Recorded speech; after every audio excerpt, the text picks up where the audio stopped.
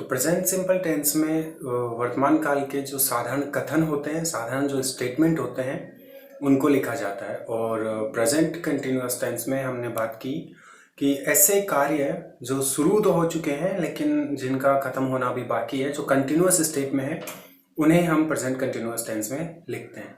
Third हमारा जो tense है वो है present perfect tense. Present perfect tense में हम वर्तमान के ऐसे कार्यों का वर्णन करते हैं जो अभी अभी हाल ही में रिसेंटली फिनिश हुए हैं, पूरे हुए हैं और जिनका वर्तमान में अभी तक इफेक्ट बना हुआ है। तो सबसे पहले हम जानते हैं इस टेंस की पहचान के बारे में। तो हिंदी जो वाक्य होते हैं उसकी प्रेजेंट टेंस के, इसके हिंदी वाक्यों के अंत में आमतौर पर आया है, गया है, लिया है इत्यादि शब्द आते हैं और साथ ही चुका है, चुकी है, चुके हैं इत्यादि शब्द भी इस टेंस के अंत में हमें देखने को मिलते हैं। जो होती है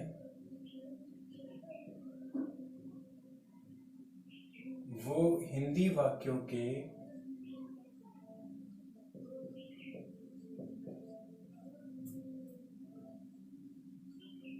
अंत में आया है, गया है,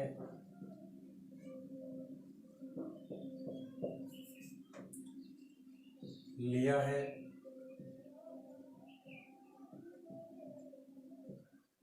चुका है,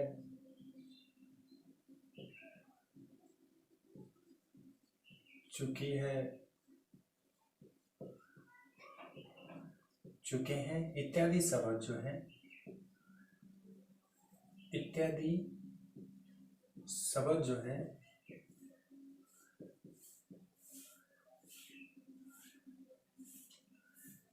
आते हैं।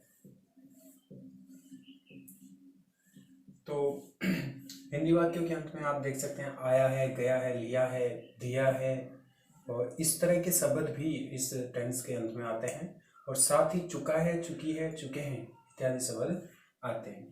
अब इंग्लिश सेंटेंस में इसकी पहचान आप इन एडवर्ब्स को देखकर कर सकते हैं। रिसेंटली यानी हाल ही में, ऑफ लेट अब तक, यट, नोट यट, केवल यट भी हो सकता है, तो अब तक नहीं, जस्ट या जस्ट नाउ, ये एडवर्ब इसके इंग्लिश सेंटेंस में आप देख सकते हैं। तो ऐसे वाक्य जो जो जिनके अंदर वर्तमान के कार्य किसी गतिविधियों के पूरे होने की बात हुई हो, वो इस टेंस में आते हैं।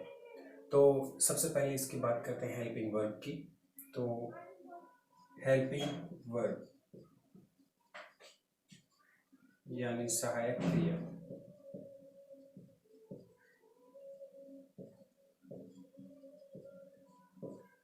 तो जो एक वचन कर्ता होते हैं, सिंगुलर सब्जेक्ट,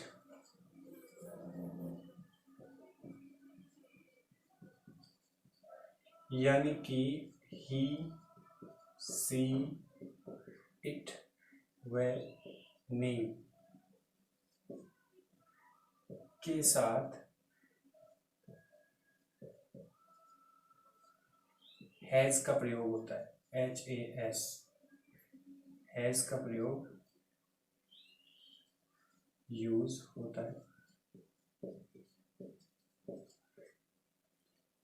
और प्लूरल जो सब्जेक्ट होते हैं,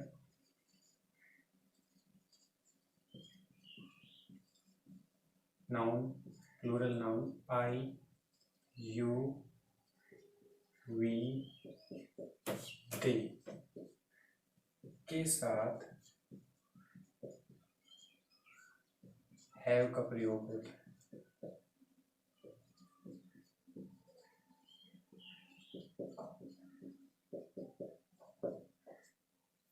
नेक्स्ट हम देखते हैं मेन वर्ब, जिसे कि आप मुख्य क्रिया भी कहते हैं, जो मेन एक्शन जो किसी वाक्य में हो रहा हो, मुख्य क्रिया। तो इसके सभी वाक्यों में, चाहे वो साधारण हो, नकारात्मक हो या प्रश्नवाचक हो, सभी वाक्यों में वर्ब की थर्ड फॉर्म का प्रयोग होता है। वर्ब की थर्ड फॉर्म का प्रयोग होता है।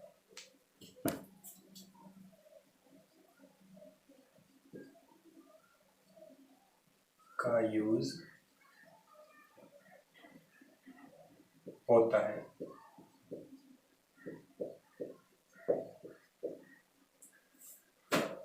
अब बात करते हैं इसके सिंपल सेंटेंसेस की, कि सिंपल सेंटेंस को हम किस प्रकार से बनाएं। तो सबसे पहले देखते हैं सिंपल सेंटेंसेस। तो इसके सिंपल सेंटेंसेस को बनाने के लिए सबसे पहले हम सब्जेक्ट, फिर हैज और हैव, जो कि हम सब्जेक्ट के अकॉर्डिंग चूज करेंगे, वर्ब की थर्ड फॉर्म और ऑब्जेक्ट। ये इसके सिंपल सेंटेंस को बनाने का स्ट्रक्चर है। तो इसके बेसिस पे हम अपना जो वाक्य है वो बनाते हैं। तो पहला एग्जांपल हम देखते हैं सिंपल सेंटेंसेस का।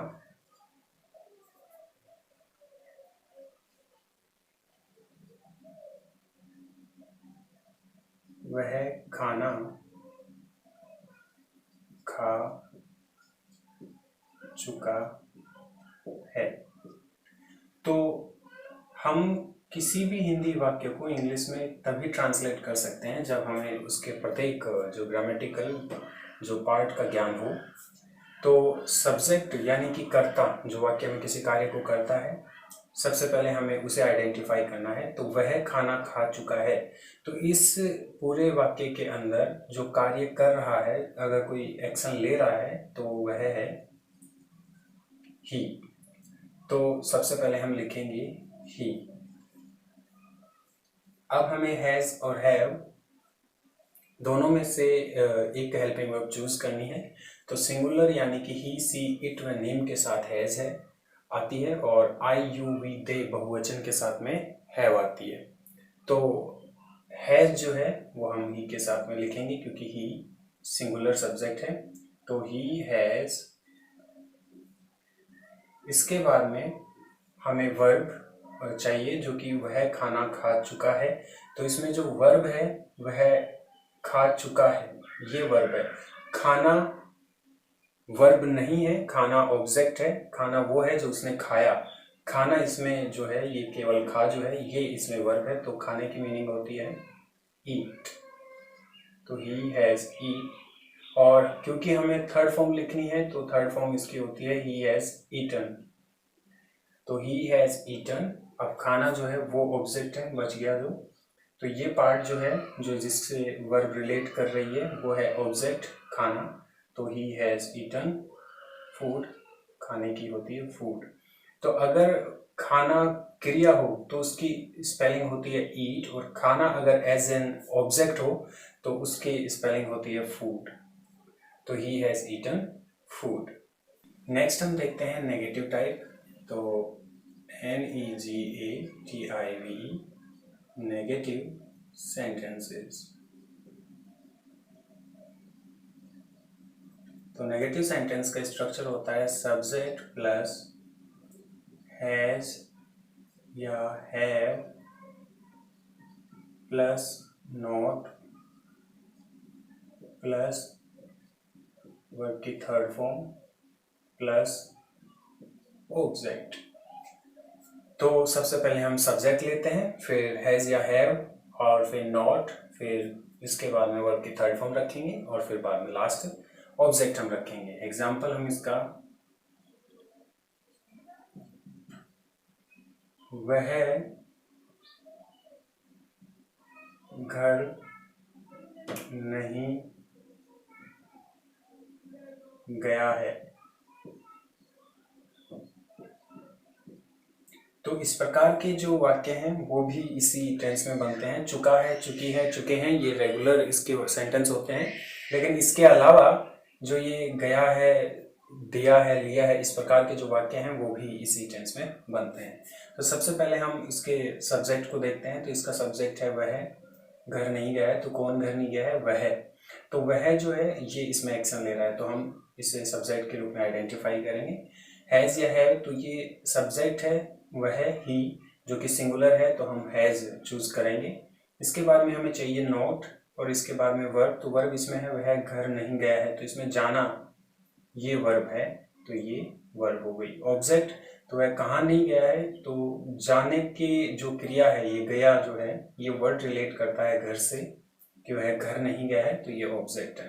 तो सबसे पहले हम रखेंगे ही, और हैज इक्वचन सब्जेक्ट है इसलिए हम हैज रखेंगे। इसके बाद में नॉट, नॉट के बाद में वर्ब की थर्ड फॉर्म गया की होती है गो, और थर्ड फॉर्म होगी gone, he has not gone. और ऑब्जेक्ट जो कि घर है, तो वो है होम। तो इस प्रकार से हम जो नेगेटिव वाक्य है इसका वो करते हैं। थर्ड जो सेंटेंस टाइप है वो है इंटेरोगेटिव सेंटेंस। तो INTERROGATIV,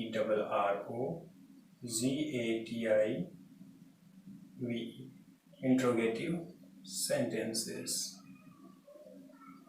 यानी कि प्रश्नवाचक वाक्य। तो सबसे पहले हम WH word, has, have, helping verb रखेंगे WH वर्ड के बाद में। सब्जेक्ट, वर्ब की थर्ड फॉर्म, ऑब्जेक्ट, और लास्ट में क्वेश्चन मार्क। उदाहरण के तो एग्जाम्पल हम लेंगे, वह कहाँ जा चुका है। तो ये हमारा एग्जाम्पल है। तो सबसे पहले हम WH वर्ड का स्टेट चेक करते हैं कि जो हिंदी वाक्य दिया गया है उसमें क्या कोई ऐसा वर्ड है जो WH वर्ड की कैटेगरी में आता है। तो WH वर्ड में कब यानी व्हेन, कहाँ यानी वेयर, क्यों यानी वाई, क्या यानी वाट। तो इस तरह के जो वाट, वाई, वेयर, होम, विच जो शब्द जो हैं वो WH वर्ड की कैटेगरी में आते हैं। तो हम देखेंगे वाक्य में कहाँ जो वर्ड है दिया गया है जो कि WH वर्ड है, तो इसे कहाँ को इंग्लिश में कहते हैं वेयर। तो हम सबसे पहले लिखेंगे वेयर, और हैज़, हैव में से कोई एक हमें चूज करना है, लेकिन ये हम चूज करेंगे सब्जेक्ट के बेसिस पे। तो सब्जेक्ट हमारा है वह, सिंगुलर है, तो सिंगुलर सब्जेक्ट के साथ में हम हैज़ लगाते हैं, तो हम लिखेंगे हैज़। इसके बाद में सब्जेक्ट, तो सब्जेक्ट है वह, तो हम लिखेंगे ही। और वर्ब की थर्ड फॉर्म, तो जाना इसमें वर्ब है, तो वर्ब की थर्ड फॉर्म होगी गो की थर्ड फॉर्म। लास्ट जो हमारी सेंटेंस टाइप है वो है इंट्रोगेटिव नेगेटिव। इंट्रोगेटिव नेगेटिव, सबसे पहले हम इसमें WH वर्ड, इसके बाद में रखते हैं हैज या हैव, दोनों में से कोई एक, फिर सब्जेक्ट, और सब्जेक्ट के तुरंत बाद में नोट, नोट के बाद में वर्ब की थर्ड फॉर्म, प्लस ऑब्जेक्ट अगर दिया हो, और प्लस क्वेश्चन मार्क।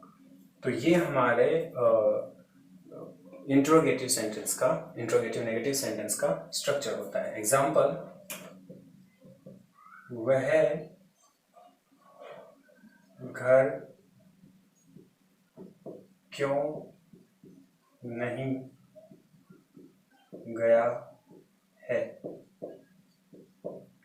तो सबसे पहले हम देखते हैं कि WH वर्ड जो है, तो WH वर्ड के लिए कोई प्रश्नवाचक जो कोई शब्द है वो वाक्य में दिया गया है या नहीं। तो वह घर क्यों नहीं दिया गया, वह घर क्यों नहीं गया है। तो क्यों जो वर्ड है वो एक WH वर्ड है, जिसे कि इंग्लिश में वाई कहते हैं। तो हम सबसे पहले वाई लिखेंगे। इसके बाद में हैज या हैव में से कोई एक लिखना है। तो वह घर क्यों नहीं गया है, तो वह सब्जेक्ट जो है इसमें ये ही है, तो ही एक वचन है, और एक वचन के लिए हम हैज लिखते हैं, तो वाई हैज। इसके बाद में सब्जेक्ट जो कि हमने अभी अभी देखा, यहाँ पे आइडेंटिफाई किया, सब्जेक्ट है ही, तो वाई हैज ही। इसके बाद में हम नेक्स्ट नोट लिखते हैं।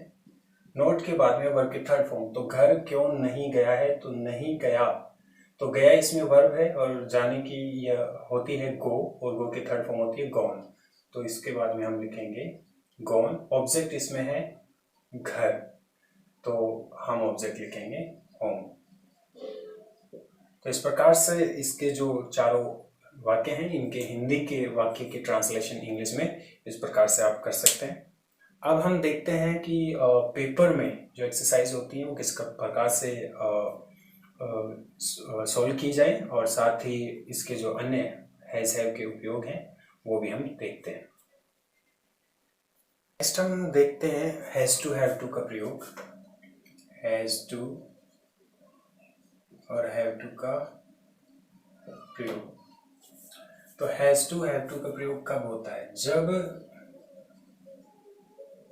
कोई कार्य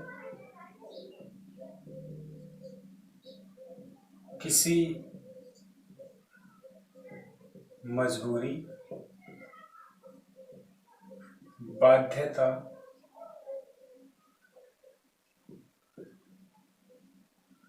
या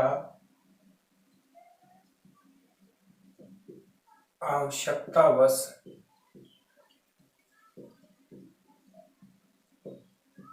किया जाता हो, किया जाता हो, तो हैज या हैव टू का प्रयोग होता है।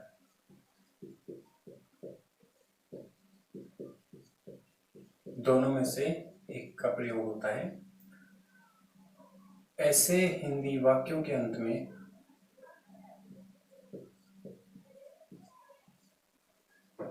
ऐसे हिंदी वाक्यों के अंत में जाना पड़ता है।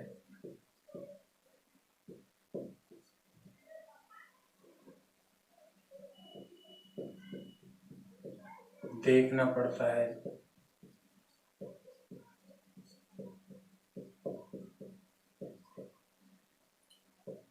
जाना है, देखना है।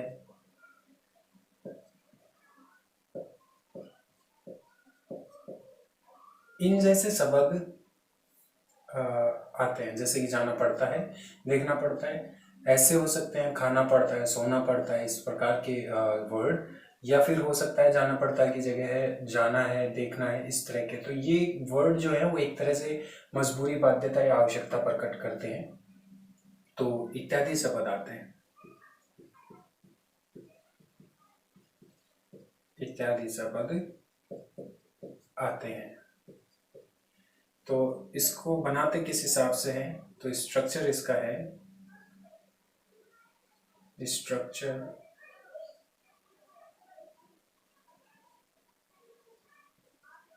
हैज या हैव, जो कि सेम टेंस की हमारे टेंस के रूल के वाइज काम करेगा। अगर एक वचन हो तो हमें हैज चुनना है, और बहुवचन हो तो है। इसके बाद में टू प्लस वर्ब की फर्स्ट फॉर्म हमें लगानी है। याद रखनी है कि वर्ब की यहाँ पे केवल फर्स्ट फॉर्म का प्रयोग होगा, ना कि वर्ब की थर्ड फॉर्म का। और प्लस ऑब्जेक्ट। ये इसका एक सिंपल सा पैटर्न है। एग्जाम्पल,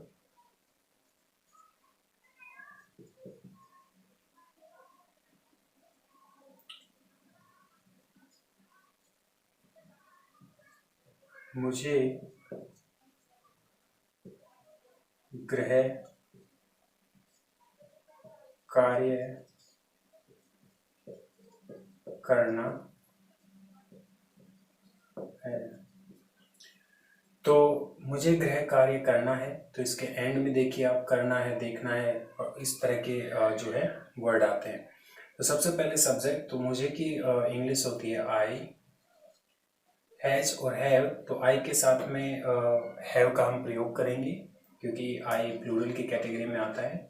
आई हैव, इसके बाद में हम लिखेंगे टू, और वर्ब की फर्स्ट फॉर्म, तो वर्ब है इसमें मुझे गृह कार्य करना है, तो करना इसमें वर्ब है जिसकी होती है do. I have to do, और ऑब्जेक्ट है आपका गृह कार्य, तो गृह कार्य की होती है homework. I have to do homework. तो इस प्रकार से आप इसके एग्जाम्पल जो है वो कर सकते हैं। अगर इसके नेगेटिव की बात करें तो हमें ध्यान में रखना है कि अगर इसका नेगेटिव बनाया जा रहा हो तो कभी भी नेगेटिव इसका I have not to do homework नहीं बनेगा। यहाँ पे नोट अगर आप लगाते हैं तो वो गलत है। असल में ये आई हैव नोट टू की बजाय इसके अंदर I do not have to do homework. तो नेगेटिव बनाते समय हम इसमें डू या डज का प्रयोग करते हैं, तो डू या डज इसका आप विशेष ध्यान रखें कि अगर सिंपल बनाते हैं तो आई हैव या हैज जो भी हेल्पिंग वर्ब सब्जेक्ट के अकॉर्डिंग होगी तो वो हम लगाएंगे यहाँ हैज हैव में से चूज करके। लेकिन नेगेटिव अगर आप बना रहे हैं तो यहाँ पे डू डज लगेगा पहले और नोट के बाद में हैज हैव का प्रयोग आप करोगे, हैज हैव। अब हम देखते हैं इसके एग्जांपल। पहला है श्रमिक अपने गांव लौट चुके हैं। ये एक साधारण वाक्य है। साधारण इसलिए है क्योंकि इसके अंत में प्रश्नवाचक चिन्ह नहीं है और ना ही इस वाक्य में कहीं पे ना, नहीं या कभी नहीं जैसे या और कोई ऐसा शब्द नहीं है जो आपको नकारात्मक भाव देता हो। तो इसलिए हम कह सकते हैं कि एक सिंपल सेंटेंस है। और हमारे इस टेंस में सिंपल सेंटेंस को हिंदी से इंग्लिश में ट्रांसलेट करने का जो पैटर्न था वो था subject plus helping verb plus main verb plus object. तो यहाँ पे हेल्पिंग वर्ब थी आपकी हैज हैव, मेन वर्ब थी आपकी वर्ब की थर्ड फॉर्म और यहाँ पे था हैज हैव। तो सबसे पहले हमें चाहिए सब्जेक्ट। तो श्रमिक अपने गांव लौट चुके हैं, तो कौन लौट चुके हैं? श्रमिक। तो जो यहाँ फंक्शन कर रहा है वो है श्रमिक लौट चुके हैं। तो चुके हैं वर्ड से हमें पता चलता है कि श्रमिक बहुवचन है। तो श्रमिक की स्पेलिंग होती है लेबरर और बहुवचन होगा लेबरर्स। तो हम लिखेंगे लेबरर्स, LABOURERS,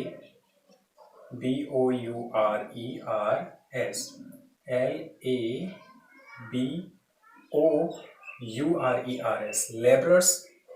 इसके बाद में हमें हेल्पिंग वर्ब लिखनी है जो कि है हैज हैव। तो दोनों में से कोई एक चुनना है। तो लेबरर्स बहुवचन है, तो बहुवचन के लिए हमारे इस टेंस में हैव का प्रयोग होता है और एक वचन के लिए हैज का। तो बहुवचन है तो हम लिखेंगे हैव।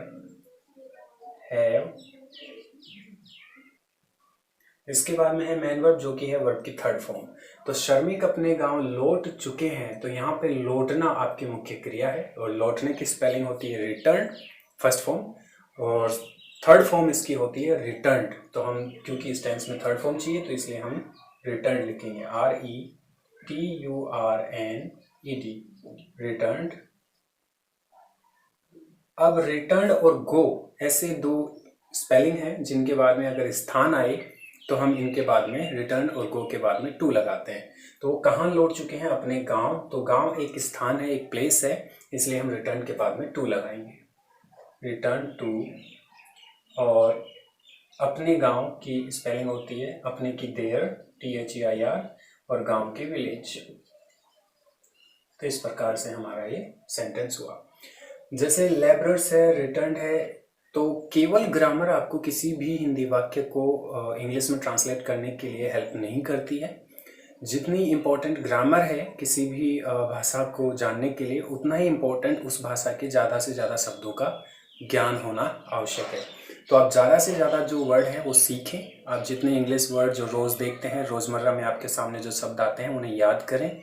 और ग्रामर में जो टेंस दे रखे हैं उनसे पहले हमेशा वर्ब्स दी गई होती हैं, तो वो सभी वर्ब्स नियमित 5-4 दिन तक आप 20-25 के हिसाब से नियमित याद करें सारी फॉर्म्स के साथ में। इससे आपकी भाषा में सुधार होगा और आप इस एबल हो पाएंगे कि आप सेंटेंस को ट्रांसफॉर्म कर सके। अदरवाइज केवल ग्रामर आपकी हेल्प नहीं करती है। तो नेक्स्ट जो हमारा वाक्य है वो है कारखानों ने उत्पादन बंद कर दिया है। तो ये भी एक साधारण वाक्य है क्योंकि प्रश्नवाचक चिन्ह लास्ट में मौजूद नहीं है, ना ही इसमें कहीं पे नॉट, नहीं के लिए नो नहीं, जैसे शब्द है, यहाँ पे कभी नहीं जैसे शब्द नहीं है, तो हम कह सकते हैं कि ये भी एक साधारण वाक्य है। और साधारण वाक्य का जो पैटर्न है वो ये ऊपर हमने लिख रखा है। तो सबसे पहले इस पैटर्न के अकॉर्डिंग हमें चाहिए सब्जेक्ट। तो सब्जेक्ट इसमें है कारखानों ने उत्पादन बंद कर दिया है। तो किसने उत्पादन बंद कर दिया है? कारखानों ने। तो कारखाने यहाँ पर सब्जेक्ट है। कारखाना बहुवचन है यहाँ पर, कारखानों। तो कारखानों की स्पेलिंग होती है फैक्ट्रीज। अकेले कारखाने की फैक्ट्री, और अगर बहुवचन हो तो फैक्ट्रीज। तो हम लिखेंगे फैक्ट्रीज,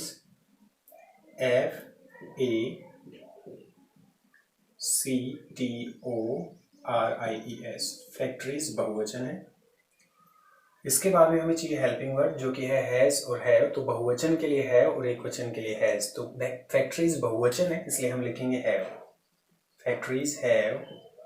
इसके बाद में चाहिए हमें वर्ब की थर्ड फॉर्म। तो वर्ब की थर्ड फॉर्म यहाँ पर है कारखानों ने उत्पादन बंद कर दिया है। तो इसमें क्या किया है? बंद कर दिया है। तो बंद करना इसमें वर्ब है।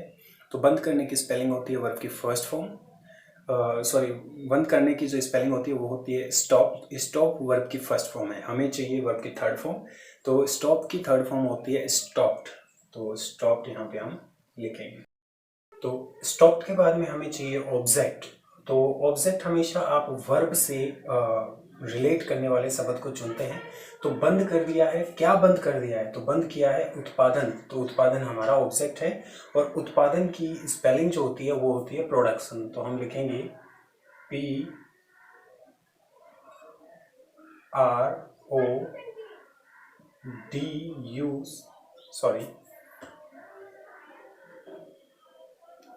प्रोडक्शन। तो PRODUCTION। तो इस तरह से हमारा ये सेंटेंस हो गया। थर्ड जो है लास्ट हमारा, क्या आप कोरोना का एक उपचार खोज चुके? तो इसके अंत में आप देखिए कि क्वेश्चन मार्क लगा हुआ है। तो क्वेश्चन मार्क लगा हुआ है, इसलिए ये एक प्रश्नवाचक सेंटेंस है। और प्रश्नवाचक सेंटेंस का जो स्ट्रक्चर होता है वो होता है WH plus helping verb plus subject plus verb की थर्ड फॉर्म प्लस ऑब्जेक्ट अगर दिया गया हो प्लस क्वेश्चन मार्क। तो सबसे पहले हमें चाहिए WH वर्ड। तो WH वर्ड होते हैं what, why, where, who, which, when, whom, how इत्यादि। तो ये मुख्य रूप से WH वर्ड होते हैं। तो व्हाट होता है क्या, जो ऑब्जेक्ट के बारे में पूछता है मोस्टली। और वाई होता है क्यों, जिसका वाई क्यों के जवाब में हमें रीजन बताना होता है कि किस वजह से कोई क्रिया हुई। वेयर जगह के बारे में, स्थान के बारे में हमें बताना होता है, कहाँ। हु कौन, व्यक्ति के बारे में बताना होता है। विच कौन सी प्रकार की वस्तु के बारे में बताना होता है। व्हेन समय के बारे में बताना होता है। और हुम किसको, ऑब्जेक्ट के रूप में जो व्यक्ति आता है उसके बारे में पूछने के हुम काम आता है। और हाउ कैसे, काम करने का तरीका या क्रिया का जो तरीका है, प्रोसेस का जो तरीका है उसके बारे में पूछने के काम आता है। तो यहाँ पे जैसा कि मैंने आपको पिछले टेंस में बताया कि अगर क्वेश्चन इस टाइप का हो कि जिसका जवाब हाँ या ना में दिया जाए तो हम क्या के लिए व्हाट नहीं लिखते हैं। तो क्वेश्चन है क्या आप कोरोना का एक उपचार खोज चुके हैं? तो इसका जवाब निश्चित रूप से आप हाँ और ना में ही देंगे। हाँ मैं कोरोना का एक उपचार खोज चुका हूँ, या नहीं मैं कोरोना का एक उपचार नहीं खोज चुका हूँ। तो इस प्रकार के क्वेश्चन में आप क्या शब्द आने पर भी व्हाट काम में नहीं लेते हैं। तो हम सीधे स्ट्रेट व्हाट काम में नहीं लेंगे, हम सीधे हेल्पिंग वर्ब पे आते हैं। तो हेल्पिंग वर्ब हम चुनेंगे सब्जेक्ट के अकॉर्डिंग। तो क्या आप कोरोना का एक उपचार खोज चुके हैं, आप इसमें सब्जेक्ट है। तो आप यू होता है और यू प्लूरल सब्जेक्ट की कैटेगरी में आता है। तो प्लूरल के लिए हमारे टेंस की हेल्पिंग वर्ब जो है वो है हैव। तो हैव, और हैव के बाद में सब्जेक्ट आपका है तो हैव यू। यू के बाद में वर्ब की थर्ड फॉर्म। तो क्या आप कोरोना का एक उपचार खोज चुके हैं। तो खोज चुके हैं, खोजना इसमें वर्ब है। खोजने की स्पेलिंग होती है फाइंड, और फाइंड की थर्ड फॉर्म होती है फाउंड। तो हैव यू फाउंड और इसके बाद में ऑब्जेक्ट, तो आपने क्या खोजा या किसको खोजने की बात की जा रही है, तो एक उपचार, तो ए और उपचार की मीनिंग होती है cure. Have you found a cure, किसके लिए, फॉर कोरोना, CORONA। तो इस तरह से हम ये करते हैं। एग्जाम्पल इसके इस प्रकार से हम करते हैं। आपको ज़्यादा से ज़्यादा वर्ड्स और ज़्यादा से ज़्यादा जो हेल्पिंग वर्ब मेन वर्ब्स हैं उन्हें याद करना चाहिए, अदरवाइज आप इस तरह से जो ट्रांसफॉर्म है वो नहीं कर पाएंगे। सोलली ग्रामर आपकी हेल्प नहीं करती है। आपको जितना अच्छा ग्रामर का नॉलेज होना आवश्यक है उतना ही इम्पोर्टेंट है वर्ड्स, आपकी वोकेबलरी जो है वो स्ट्रांग होनी चाहिए।